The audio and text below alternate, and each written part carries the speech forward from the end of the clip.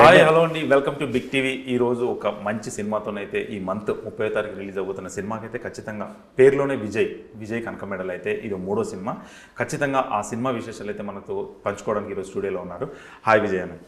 Hi cinema ఫస్ట్గా అంటే మనం ఎలా కలుస్తున్నాం నేను ఎప్పుడు ఎక్స్పెక్ట్ చేయలేదు. సరే ఓకే, కానీ ఇంకా కంటిన్యూ చేయి. నేను కూడా ఎక్స్పెక్ట్ చేయలేదు. ఈరోజు మీరనే చెప్పి నేను కూడా వచ్చేసాను. Thank you. ఎందుకంటే ఇంకా భైరవం సినిమా ఫస్ట్ మీ నాంది జర్నీ గురించి నాకు అన్నీ తెలుసు కాబట్టి, నాంది అంత పెద్ద హిట్ కొట్టి కరోనా టైంలో కూడా, ఎందుకంటే అంత కరోనా కూడా పాండమిక్ టైంలో కూడా వచ్చేస్తే మంచి విజయం సాధించారు.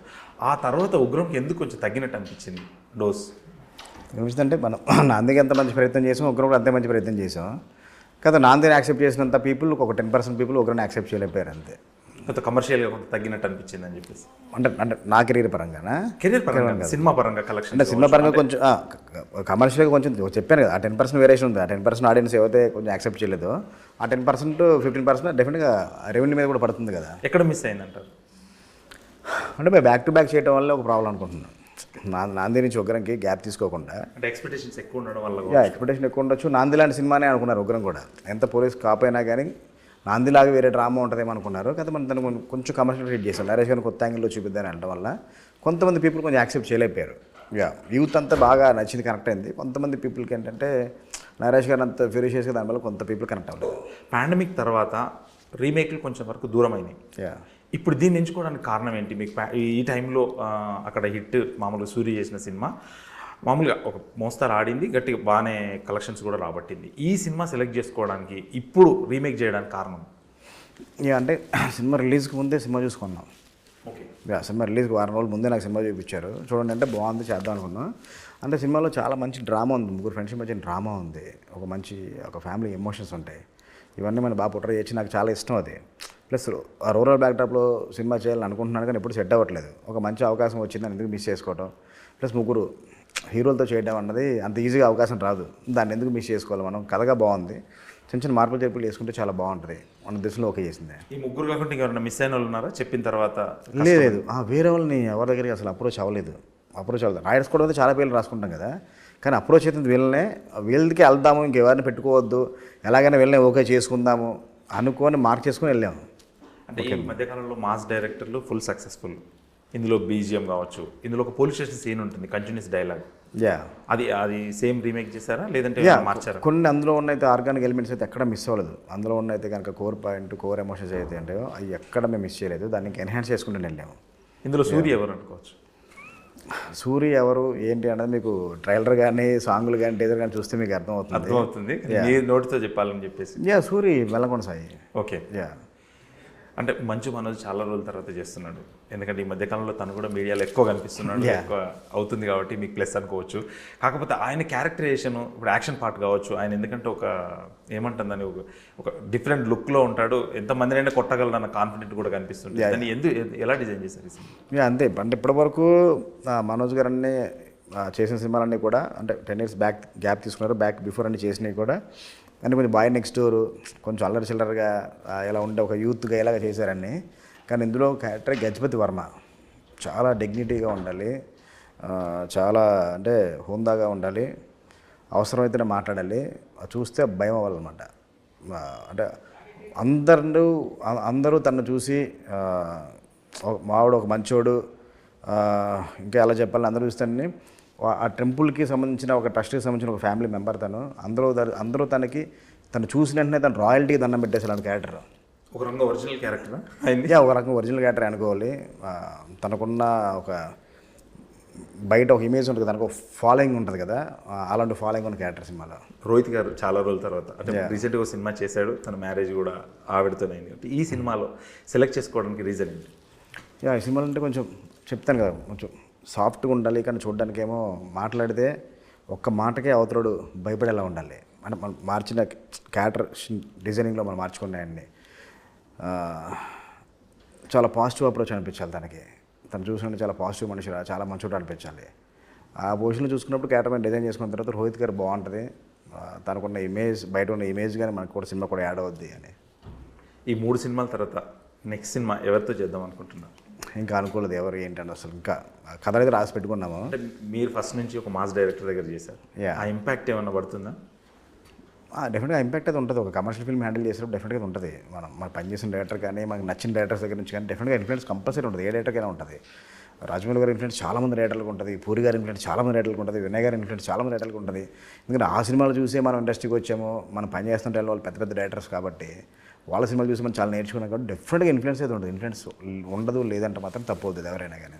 బెస్ట్ పోస్ట్ ప్రొడక్షన్ మీకు బాగా కొట్టిన పిండి లాంటిది, ఆ పెద్ద సినిమాలు చేశారు. అవును. ఎంతవరకు హెల్ప్ అవుతుంది సినిమా? నాకు చాలా అండి. ఎందుకంటే నాకు పోస్ట్ ప్రొడక్షన్ చేస్తున్న ముందు నుంచి ఎక్కువ ఎడిటింగ్ అన్నీ ఫాలో అయ్యాను కాబట్టి ఒక సీన్ ఎంతవరకు తీయాలి, ఎంతవరకు ట్రిమ్ చేసి పక్కన పెట్టాలి అని నాకు చాలా ఈజీ అయిపోయింది అనమాట. నేను డైరెక్టర్ అయిన తర్వాత నాకు అన్నీ. ఎంతవరకు రష్ వచ్చింది, ఎంత వేస్టేజ్? సొంతగా 4 to 5 minutes ఉండొచ్చాము అంతే. వేస్టేజ్? అంతే. గ్రేట్. అంటే నా ప్రీవియస్ సినిమాలు కూడా పెద్దగా వేస్టేజ్ అయితే ఉండదు. అనుకున్న షార్ట్స్ అయితే వేస్తుంది, ఎక్కడ ఎక్స్ట్రా తీయడం. మీ సినిమా లైఫ్లో చోటా ప్రసాద్ ఎక్కువ ఇన్వాల్వ్ అయి ఉంటాడు, ఏంటి ఆయన గురించి? అంటే నేను హరీష్ గారి దగ్గర అసిస్టెంట్కి పనిచేసినప్పటి నుంచి తను గోతరాజు గారి దగ్గర అసిస్టెంట్. హరీష్ గారి సినిమాలు అందరికీ అన్ని సినిమాలకు కూడా గోతరాజు గారు డైరెక్టర్. అలా మా బాండింగ్ స్టార్ట్ అయింది. దానికన్నా ముందు ఇద్దరం కలిసి ఒక సినిమా వర్క్ చేసాం. మొదటి సినిమా ఒక సినిమా కూచిపూడి అక్కడికి డైరెక్టర్. అక్కడ మా ఇద్దరం పరిచయం అయింది. ఒక సిక్కింలో సాంగ్స్ చేసుకొని వచ్చిన తర్వాత సాంగ్ అసిస్టెంట్ కట్ చేశానని చెప్తే గోతరాజు గారు నాకు ప్రసాద్ అని చెప్పారనమాట. అప్పుడు ఆ సినిమా ఎడిట్ చేస్తున్న టైంలో మా ఇద్దరికి ఒక బాండింగ్ ఏర్పడింది. అబ్బాయి నేను డైరెక్టర్ అయితే నువ్వే ఎడిటర్ అని. అసలు అప్పుడు ఏమీ తెలియదు, ఇద్దరం కొత్త అసలు అలా మాట్లాడుకున్నాం. ఆ బాండింగ్ అక్కడి నుంచి స్టార్ట్ అయ్యి అంటే నా సినిమాకి ఎడిటర్ అనే కాదు, నా స్క్రిప్ట్ డిస్కషన్లో కానీ నాకు పోస్ట్ ప్రొడక్షన్లో కానీ నేను సినిమాలు పోస్ట్ ప్రొడక్షన్ చేసిన అన్ని మీద వేసుకుని ఎలా చేసుకునేవాడినో ఇప్పుడు నా సినిమాలకు మొత్తం నా పోస్టులు తను చూసుకుంటూ ఉంటాడు. నాకు అంటే ఒక బ్యాక్ బోన్ లాగా. మీ వెంకట్ ఫీల్ అవ్వలేదు ఈ సినిమా సబ్జెక్ట్ తీసుకోలేదు? లేదు, అవకాశం వచ్చింది ఎందుకు మిస్ చేసుకోవాలి. అందుకే ఈ సినిమాకి వెంకట్ డైలాగ్ రైటర్గా రాశారు, వెంకట్ సత్యేష్ ఇద్దరు డైలాగ్ రాశారు. మీ జర్నీ ఎలా కంటిన్యూ? మా జర్నీ ఎలా కంటిన్యూ అవుతుంది. చోటక ప్రసాద్ ఎప్పుడు అలుగుతూ ఉంటాడా ఏంటి మీరు ఏమన్నా గొడవ పడ్డప్పుడు సందర్భాల్లో? మాతో ఎక్కడ ఉండదు, బయట చిన్న ఫ్రెండ్షిప్ మధ్యలో అలకలకి ఉంటుంది తప్ప అసలుకి నా దగ్గర అసలు అది అలాంటిది ఉండదు. అంటే 6 minutes కట్ చేసి అంత పకడ్బందీగా రాసుకొని చేయగలిగారు. అదే ముందే తను కూడా, ఎందుకంటే స్క్రిప్ట్ డిస్కషన్లోనే తను కూడా ఉంటాడు కాబట్టి నేను మొత్తం నేషన్ ఇచ్చినప్పుడు అబ్బాయి వద్దబ్బాయి వేస్ట్ మనమే తీసేస్తావు, నువ్వే తీసేస్తా అంటావు, మళ్ళీ నేను పెడదాం నువ్వు తీసేద్దాం అంటావు, వద్దు ఆలోచించి ముందే చెప్తా ఉంటాడు. సీన్ కూడా షూట్ చేసినప్పుడు కూడా మన పొద్దున్న ఫోన్ మాడుకుంటాం, అబ్బాయిలు అనుకుంటున్నాను నేను షార్ట్లు తెద్దాం అనుకుంటున్నానంటే ఒకసారి చూడు ఆ షార్ట్ ఈ షార్ట్ మళ్ళీ నువ్వే తీసేస్తావేమో అని ఒక డిస్కషన్ మాకు ఉంటుంది. ఏదైనా డౌట్ వచ్చినా తన లొకేషన్కి తను నేను ఫోన్ చేస్తాను, అబ్బాయిలు తెద్దాం అనుకుంటున్నాను, ఈ షార్ట్ ఎక్స్ట్రా తీయమంటే వద్దంటావు అని. ఈ జాతర ఎపిసోడ్ ఎలా చేశారు? బ్రహ్మకళి ఎలా సెటప్ ఎంతవరకు? అదండి, యాక్చువల్లీ ఇది మేము మైసూర్లో నంజనగూడ టెంపుల్ దగ్గర పెద్ద సెటేజ్ చేద్దాం అనుకున్నాము. ఆ టెంపుల్కి ఎక్స్టెన్షన్ మొత్తం పెట్టుకొని జాతర సెటప్. కానీ మేము వెళ్దాం అంటే అక్కడ హెవీ రైన్స్ ఉండడంతో వెంటనే ఇక్కడ హైదరాబాద్లోనే షూట్ ప్లాన్ చేయాల్సి వచ్చింది. ఒక 6 daysలో చాలా అద్భుతమైన సెట్, టెంపుల్ సెట్ క్రియేట్ చేశాడు. ఒక గోపురం దగ్గర నుంచి మండపాల దగ్గర నుంచి మొత్తం ఒక 6 daysలో చాలా భారీగా చేసాం. ఒక ఇంటర్వల్ ఎపిసోడ్ ఒక 12 days చేసాం, 12 nights చేసాం. చాలా భారీగా ఉంటుంది, చాలా గ్రాండీగా ఉంటుంది. అందులో డే ఎఫెక్ట్లో ఒక సాంగ్ కూడా షూట్ చేసాం, ముగ్గురు ఫ్రెండ్షిప్ సాంగ్ రిలీజ్ చేసాం కదా. మొత్తం రన్ టైం 235. ఇందులో బెస్ట్ ముగ్గురుతోని చేసినప్పుడు అంటే ఇప్పుడు ఒక హీరోతో చేశారు, అల్లరి నరేష్తో చేశారు, ముందు పెద్ద హీరోలకు కూడా పనిచేశారు కాబట్టి కానీ ఈ ముగ్గురిని మేనేజ్ చేయడం ఎంతవరకు టఫ్? అంటే ఒకే ఫ్రేమ్లో ముగ్గురు ఉంటారు కొన్ని ఫ్రేమ్స్. అంటే చాలా వరకు ఉంటారు ముగ్గురే ఒకటే ఫ్రేమ్లో, చాలా వరకు అంటే ఎక్కడో కొంత పోర్షన్స్ వరకు కాదు, తమిళ్లో కాదు, చాలా పోర్షన్స్లో ముగ్గురు కలిసి ఉంటారు. అంటే ముగ్గురికి ఆఫ్లైన్ ఒక బాండింగ్ ఫ్రెండ్షిప్ ఉండడం వల్ల నాకు ఇబ్బంది అవ్వలేదు. ముగ్గురు అర్థం చేసుకునే పర్సన్సే కాబట్టి నన్ను ఇబ్బంది పెట్టలేదు. పెద్ద డైరెక్టర్ కూతురుని ఒప్పించడానికి ఏంటి కారణం? హీరోయిన్ అంటే ఈ క్యారెక్టర్కి చూస్తున్నప్పుడు విలేజ్ కావాలి, గోదావరి జిల్లాలో ఒక విలేజ్లో షూట్ చేస్తున్నాము, బ్యాక్డ్రాప్ అంతా తీసుకున్నాం కాబట్టి ఎవరున్నారు మన నేటివిటీలో ఫిట్ అయ్యే క్యారెక్టర్స్ చూస్తున్న టైంలో కార్తీది ఒక సినిమా చేసింది అమ్మాయి చేస్తే అందులో ఒక చిన్న డ్యాన్స్ వీడియో చూశాను. చూస్తే అమ్మాయి డ్యాన్స్ చాలా ఎనర్జీతో పనిచేసింది. చూస్తే శంకర్ గారు డాటర్ అమ్మాయి అంతకుముందు గని రిలీజ్ ఈవెంట్లో సాంగ్ పాడింది. అరే అమ్మాయి ఒకటి ఇక్కడ ఇంత పాష్గా ఉంది, ఇక్కడ ఇంత నెటివిటీలో ఇంత ఫిట్ అయిందని చూసి అమ్మాయికి ఒకసారి కాల్లో పలానా స్క్రిప్ట్ గరుడన్ రీమేక్ చేస్తున్నాం అంటే అందులో హీరోయిన్ క్యారెక్టర్ పెద్దగా ఏం లేదు కదా సార్ అని. వెళ్ళలేదు, మేము దాన్ని ఎలా మార్చుకుని క్యారెక్టర్ ఎలా ఉంటుంది, కథకి ఇంత ఇంపార్టెంట్ క్యారెక్టర్, తర్వాత సాంగ్స్ ఎలా ఉంటాయి, సాంగ్స్ డిజైనింగ్ ఎలా ఉంటుంది, ఒక సెట్ సాంగ్ ఉంటుంది, ఇలా డిజైనింగ్ ఉంటుంది అని చెప్తాను. వెంటనే ఒక 5 to 10 minutes ఆ కాల్లోనే తను ఓకే చేసింది. ఎందుకంటే ఫుల్ ఎనర్జీ కావాలి, ఒక దాంతోపాటు సాయితో పాటు డ్యాన్స్ చేయడం కోసం సాయిని డామినేట్ చేసి ఒక డ్యాన్సింగ్ వచ్చిన అమ్మాయి కావాలి. ఆ విధంగా అమ్మాయిని సెలెక్ట్ చేసుకున్నాం. ఆమె కూడా చాలా గ్రౌండ్ తీరుతుంది అసలుకి. శంకర్ గారు డాక్టర్ కదా, మనకు వచ్చిన తర్వాత వైట్ ఎలిఫెంట్ లాగా అయిపోద్ది అనుకున్నాం, కానీ టైం అంటే టైం అసలుకి. ఏ షార్ట్ చెప్పినా అసలు పెద్ద గ్యాప్ తీసుకునేది కాదు, ఫుల్ ప్రిపేర్ అయ్యి వచ్చేది, డ్యాన్స్కైనా డైలాగ్కైనా కానీ అసలుకి. ఇంకా కావాలంటే 1 more చెప్పినా చేసేది, ఎక్కడ ఇసుకించుకునేది కాదు. మాకే ఒక అమ్మాయికి తర్వాత అనిపించింది. సాయి గారు ఒకరోజు అన్నారు, బ్రో నిజంగా ఈ అమ్మాయి శంకర్ గారు డాక్టర్ అని అసలుకి చూస్తే ఎలా ఉంది, మీ శంకర్ గారు డాక్టర్ అంటే కొంచెం రిజర్వ్గా ఎలా ఉంటారు అనుకున్నాం. అసిస్టెంట్ దగ్గరకు వచ్చి చేతులకు మాట్లాడుతూ ఉంటుంది. సాయి గారు అసిస్టెంట్ ఉంటాడు బాబాలి అని. ఎప్పుడు చూసినా మాకు సినిమాలో ఒక సాంగ్ ఉంది, గెచ్చమాక అని ఒక సెట్ సాంగ్ ఉంటుంది. ఎప్పుడు అని పట్టుకుని గిచ్చుతూ ఉంటుంది అనమాట బాబాలిని ఆ గిచ్చుకుంటూ ఆడుకుంటూ ఉంటుంది ఏంట్రో అసలు ఎంత మాఫీ రచ్చేట్ అని ఉండేవాడు అంటే ప్రజెంట్ అప్పుడు వాళ్ళ మదర్ చెప్పారనమాట లేదంటే ఫస్ట్ చిన్నప్పటి నుంచి అమ్మాయి అలాగే పెరిగింది ఫస్ట్ మనుషు థియేటర్కి వెళ్ళడం వాళ్ళ నాన్న సినిమాలు చూడడం విజిల్ వేయడం ప్రతి సినిమాకి మనుషుకి వెళ్ళిపోద్ది అలా పెరిగిందంటే ఆల్మోస్ట్ పందెంకోట్లో అమ్మాయి ఉంటుంది కదా అలా పెరిగిందంట బయట అమ్మాయి క్యారెక్టర్ కూడా అందుకే అంత జ్యువెల్గా ఉంటుందని మాకు ఎక్కడ ఇబ్బంది లేకుండా చాలా సపోర్ట్ చేసింది. ఇప్పుడు ఈ ముగ్గురికి అంటే హీరోయిన్ ఒకరిని పెడితే వీళ్ళేం ఫీల్ అవ్వలేదు? ఉన్నారు కదా మనోజ్ గారికి వచ్చేసరికి ఆనంది, రోహిత్ గారికి వచ్చేసరికి దివ్య పిల్లై ఉన్నారు అందరికీ దివ్య పిల్లై అంటే ఒక మదర్హుడ్ కావాలి రోహిత్ గారి వైఫ్ క్యారెక్టర్కి అంటే ఒక సన్ ఒక డాటర్ ఉన్న క్యారెక్టర్ మదర్హుడ్ కావాలి దాంట్లో చూస్తుంటే చాలామంది చూసాము. చూసిన తర్వాత ఈ అమ్మాయి కొంచెం దివ్య పిల్లని చూసిన వెంటనే రోహిత్ గారి పేరుకి మ్యాచ్ అవుతుంది ఒక 10th క్లాస్ ఏజ్ గ్రూప్ ఉన్న కిడ్కి మదర్లా పర్ఫెక్ట్గా ఉంటుంది అనుకొని చిన్న ఆడిషన్ చేసి తీసుకున్నాం మన క్యారెక్టర్కి ఎంతవరకు సూట్ అవుతుందని అమ్మాయి పర్ఫెక్ట్ చాలా బాగా చేసింది. సినిమా తర్వాత చాలా మంచి పేరు వస్తుంది ఇప్పటివరకు ఆడుకున్న ఇమేజ్ మొత్తం మారిపోతుంది. ఓకే ఇకపోతే సినిమా May 30 ఇలా చాలా సినిమాలు వస్తూ ఉంటాయి పోతూ ఉంటాయి కాబట్టి ఖచ్చితంగా ఆ ప్రెజర్ ఏమన్నా ఉందా ఆ రోజు ఇంకా 2 సినిమాలు రిలీజ్ ఉన్నాయని చెప్పేసి? అసలు ఏం లేదు ఆ 2 సినిమాలు ఉన్నాయన్నది మీరు నేను మాట్లాడుకుంటున్నాను చాలా మంది కూడా తెలుసు ఏంటి జోనర్ వాళ్ళది ఎవరి జోనర్ వాళ్ళది ఏ సినిమాకు ఉండే ఆడియన్స్ సెక్టర్ ఆ సినిమాకు ఉంటుంది. ప్లస్ చాలా గ్యాప్ తర్వాత ఇప్పుడు సింగిల్ వచ్చిన తర్వాత 9th నుంచి 30th వరకు ఏ సినిమా కూడా లేదు అనుకోకుండా ఐపీఎల్ క్యాన్సిల్ అయిపోయింది అంతా క్లియర్ అయిపోయింది గ్రౌండ్ క్లియర్గా ఉంది కాబట్టి డెఫినెట్గా 30th మంచి మాకు. ఇప్పుడు ఈ మధ్యకాలంలో బడ్జెట్లు పెరిగిపోయినాయి కలెక్షన్స్ తగ్గినాయి ఏమంటారు మీరు? బడ్జెట్స్ అనేవి డెఫినెట్గా పెరుగుతున్నాయి ఎందుకంటే టెక్నాలజీ వచ్చి సినిమాని చాలా గ్రాండీర్గా ఆ విజువల్ మనకు తీసుకురాకపోతే కనుక ఆడియన్స్ థియేటర్కి రావట్లేదు సినిమాని లేదా ఓటీటీలో చూసేస్తాడు. ఓటీటీలో సినిమా చూసే సినిమా కాదు థియేటర్లో చూసే సినిమా అని మనం తీయాలంటే డెఫినెట్గా అది క్రియేట్ చేయాలి. బిజినెస్ కూడా ప్రాబ్లంగా ఉంది కదా బిజినెస్ కూడా ప్రాబ్లంగా ఉంది కానీ అనుకున్న దాన్ని మనం బడ్జెట్లో మనం ఫినిష్ చేయగలిగి చేస్తే కానీ డెఫినెట్గా ఉంటుంది. ఇప్పుడు హిట్ అనే సినిమా బాగా ఖర్చు పెట్టారు తీసారు కానీ అలాగే మరి భారీగా హిట్ అయింది. సినిమా బాగుంటే మనం ఎంత బడ్జెట్ పెట్టి తీసుకుని పక్కన పెడితే అంతకన్నా ఎక్కువ మనకి రికవర్ అవుతుంది. సినిమా బాగాలేకపోవడం వల్ల మనకి రికవర్ అవ్వకపోవచ్చు. ఇప్పుడు నాంది అనేది హిట్ అయింది రికవర్ అయిపోయింది 100% ప్రాఫిట్స్ వచ్చినాయి. ఉగ్ర విషయానికి వచ్చి బడ్జెట్ పెరిగింది పెద్ద బడ్జెట్లో చేసాము కానీ కొంత డిసప్పాయింట్మెంట్ 10% ఉంది 10 to 15% మనకి రెవెన్యూ కూడా మనకు ప్రాబ్లం ఉంది అక్కడ డిసప్పాయింట్మెంట్ ఉంది అక్కడ. అలాగే ఎందుకు రీమేక్ అవ్వలేదు వేరే భాషల్లో? ఇంకా తీసుకున్నారు కానీ ఆల్రెడీ హిందీ కోసం అమ్మేమో రాజుగారు తీసుకున్నారు ప్రయత్నాలు చేశారు అప్పుడు అవ్వలేదు. అక్కడి నుంచి అజయ్ దేవగన్ గారు ప్రొడక్షన్కి వెళ్ళింది ఆ తర్వాత ఆయన డైరెక్ట్ చేస్తానని చెప్పారు అజయ్ దేవగన్ గారు. అక్కడి నుంచి రాజు గారు ఇంకా అజయ్ దేవగన్ గారికి చేశారు కాబట్టి కాంబినేషన్ కలిసే చేయాలి అక్కడ డిలే అయిపోయింది. రాజుగారికి కూడా ఇంకా తెలియదు అజయ్ దేవగన్ ఎప్పుడు చేస్తారు ఆయన ఏంటి అనేది కూడా కొంచెం క్లారిటీ లేదు. ఫస్ట్ చేయమంటే వేరే లాంగ్వేజ్లో ఇప్పుడు బేబీ సినిమా లాగా హిందీలో అవకాశం లేదంటే నేనే చేయాలని తీసుకున్నారు రాజుగారు నువ్వు చేస్తేనే మనం హిందీ సినిమా అంటే నేను చేస్తేనే రీమేక్ రేట్స్ అమ్ముతాను అనేసి అమ్మినాను నేను ఓకే రాజుగారికి. కానీ నేనే చేయాలనుకున్నారు కొన్ని పరిస్థితి ప్రభావాల్లో మనం చేయకుండా అయిపోయింది అక్కడ. 1-2 హీరోస్ అనుకున్నాము కొన్ని డిస్కషన్ ముందుగా వెళ్ళలేదు. తర్వాత అజయ్ దేవగన్ గారు చేస్తా అంటే ఓకే అన్న కానీ తీసుకున్నంత ఓకే అనుకున్న తర్వాత అజయ్ గారు పార్ట్నర్గా జాయిన్ అయిన తర్వాత ఆయన డైరెక్టర్ అన్నారు ఓకే సార్ ఒక రాజుగారు అంటే సార్ ఓకే నీ ఇక్కడ సినిమా లైనప్లో ఉన్నాయి మరి ఏంటి నువ్వు ఏం చేద్దాం అనుకుంటే ఓకే అన్న మన సినిమాని మళ్ళీ ఆపడం కాదు కదా ఒక మంచి సినిమా హిందీ ప్రేక్షకుడు వెళ్తే బాగుంటుంది మ్యూచువల్ ఎందుకంటే రాజుగారికి నాకు మ్యూచువల్గా ఉంది నాకు నీకు కూడా తెలుసు మా దగ్గర ఎలాంటి బాండింగ్ ఉంది. ఇప్పుడు ఏ ప్రొడక్షన్లో అంటే ఇప్పుడు హీరోలు ఎవరికన్నా మీ డ్రీమ్ ఏమన్నా ఉందా ఏ హీరోతో చేయాలని చెప్పేసి? అందరి హీరోతో చేయాలని డ్రీమ్ ఉంటుంది అంటే ప్రస్తుతానికి ఇప్పుడు అట్లీ అల్లు అర్జున్ కావచ్చు ఇలా ఏమన్నా డ్రీమ్ ఫ్యూచర్లో ఇంకో 4 ఫిలిమ్స్ తర్వాత కావచ్చు 5 ఫిలిమ్స్ లేదంటే ప్రజెంట్ అయితే చిరంజీవి గారి కోసం చాలా మంచి కథ ఒకటి రాసుకున్నాము. చిరంజీవి గారి కోసం సినిమా అయిపోయిన తర్వాత ఆయన కలిసి నేరేషన్ వాళ్ళు 2 times అయితే మీట్ అయ్యాను నేను ఆయన్ని విశ్వంబర షూట్ జరుగుతుంటే మీట్ అయ్యాను. మన సినిమా అయిపోయిన తర్వాత ఆయన ఫ్రీ టైం తీసుకుని నేరేషన్ అయితే ఇవ్వాలి కదా. చిరంజీవి గారి నుంచి మాస్ సినిమా అనుకోవచ్చా మీ నుంచి? ఇది ఒక టాగోర్ లాంటి సినిమా. ఓ సూపర్. ఎందుకంటే మీకున్న ఆయు పట్టు ఏంటంటే మీరు నాంది చూపించారు మీ అంటే మీ బాడీ లాంగ్వేజ్ కావచ్చు మీ మాట తీరు కావచ్చు చిన్న చిన్నవి పట్టుకొని దాన్ని ఒక ఎన్లార్జ్గా చేసేసి ఒక ట్విస్ట్ లాగా చేస్తారు. నాంది కూడా అదే సినిమా చిన్న లా పాయింట్ పట్టుకొని అంటే అలాంటి పాయింట్స్ ఇప్పుడు ఎందుకు రాయట్లేదు డైరెక్టర్? అది ఎందుకు తెలియదు అంటే నాకు కానీ మా రైటర్ వెంకట కన్నా కొంచెం అలాంటి ఇష్టం సొసైటీలో జరిగే ఇష్యూని బేస్ చేసుకుని సినిమా చేయడం మాకు ఇష్టం.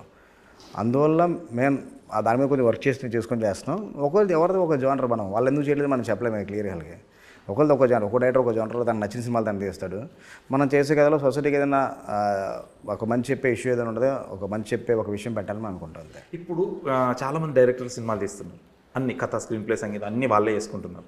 మీరు ఎందుకు రైటర్ని సపరేట్ పెట్టుకొని చేయడం వల్లనే సక్సెస్లు వస్తున్నాయా లేదంటే ఒక మైండ్ యాడ్ అవ్వడం వల్ల మీకు ఏదైనా బూస్ట్ అవుతుందా?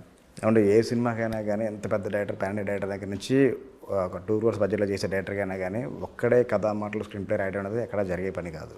కానీ ఇప్పుడు చేస్తున్నారు కదా చాలా ఉంటుంది కానీ పక్కన అందరు సపోర్ట్ ఉంటారు. డైలాగ్స్ రాస్తారు దానికి సపోర్ట్ చేస్తాడు.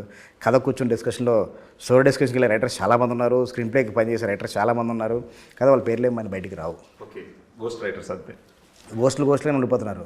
అసలు నాకు అవసరం లేదు, నాకు డైరెక్టర్ క్రెడిట్ ఒకటి ఉంటే చాలు. నాకు అందరూ నా ఫ్రెండ్స్ని కలిసి పని చేస్తున్నప్పుడు అందరికీ క్రెడిట్ ఉండాలి ఆ ఉద్దేశంలో నేను, అంటే ఎవరికైనా మన దగ్గర పని చేసిన వాళ్ళు క్రెడిట్ ఇస్తేనే వాళ్ళు హ్యాపీగా పని చేయగలరు. మన మాత్రం ఎదగడం కాదు కదా, మనతో పాటు వాళ్ళు కూడా ఎదగాలి కదా. తెలుసు కాబట్టి అడిగారు. వాళ్ళు కూడా లైఫ్ టైం ఏదో పని చేసుకోవడం కోసం, ఇంకా గోస్ట్లుగా ఉండడం కోసం రాలే కదా. వాళ్ళకు లైఫ్ ఉంటుందని వస్తారు. అలాగే ట్రావెల్ స్టార్ట్ చేశాను. కాబట్టి నాకు అలాంటిది లేదు. ఎందుకంటే నేను కథ తీసుకుంటే కథ పేరేస్తాను, మాటలు తీసుకుంటే మాటలు పేరేస్తాను, స్క్రీన్ ప్లే పేరేస్తాను. నాకు అలాంటి దాంట్లో ఏం లేదు. ఫైనల్గా సినిమా రిలీజ్ అయిన తర్వాత డైరెక్టర్ బాగా తీసాడు అంటారు తప్ప, అంతే తప్ప ఆ స్క్రీన్ ప్లే బాగా చేసాడురా, ఈ స్టోరీ రైటర్ స్టోరీ బాగా రాసిన ఎవ్వరంటారు. ఫైనల్గా డైరెక్టర్కి పేరు వస్తుంది. కానీ నేనంటే దానికన్నా ముందు విజయకనకుల టీమ్కి రావాలని కోరుకుంటా ఫస్ట్. నాకు అది నా హ్యాపీనెస్. అది గరుడన్ ఎందుకు పెట్టలేదు, భైరవన్ ఎందుకు పెట్టారు? గరుడన్ ఎందుకు పెట్టలేదు? గరుడన్ టైటిల్ ఆల్రెడీ రిజిస్టర్డ్ అయింది మన దగ్గర రిజిస్టర్డ్ అయిపోయింది గరుడన్ టైటిల్. ఓకే. కానీ దానికన్నా ముందు పెట్టాలా వద్దా అనుకున్నప్పుడు అసలుకి సేమ్ రీమేక్ చేస్తున్నప్పుడు సేమ్ టైటిల్ పెట్టడం మన నేటివిటీలో, మన కథలో మార్పులు చేర్పుల్లో అసలుకి గరుడన్, అందులో దేవుడు అలా ఉండి కాపాడుతుంటే చెప్తాడు. కానీ మనకి ఒక క్షేత్రం చెప్తున్నాం, గుడి చెప్తున్నాం, దాని క్షేత్రపాలుడు భైరవుడు అని చెప్తున్నాం కథలో. మనం ఆ భైరవుడికి సంబంధించిన టైటిల్ ఉంటే బాగుంటుందని భైరవుడు పెట్టాడు. ఈ క్లైమాక్స్లో కాలభైరవుడు ఏదో వస్తుందండి.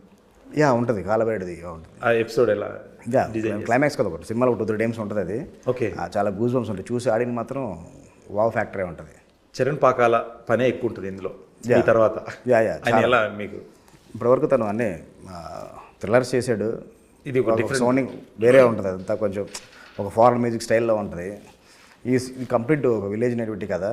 ఇందులో అందరూ ఫస్ట్ అన్నారు తను ఎందుకు ఆల్బమ్స్ పెద్ద హిట్ లేదు కదా అన్నారు. కానీ తనకి అలాంటి అవకాశం రాలేదు. తనకి ఇస్తే ఛాలెంజ్గా తీసుకొని చేస్తారనేసి అందరిని ఒప్పించి కూర్చున్న తర్వాత ఫస్ట్ వెన్నెలా సాంగ్ ట్యూన్ చేసాం. ఫస్ట్ ట్యూన్ చేసింది వెన్నెలా సాంగ్.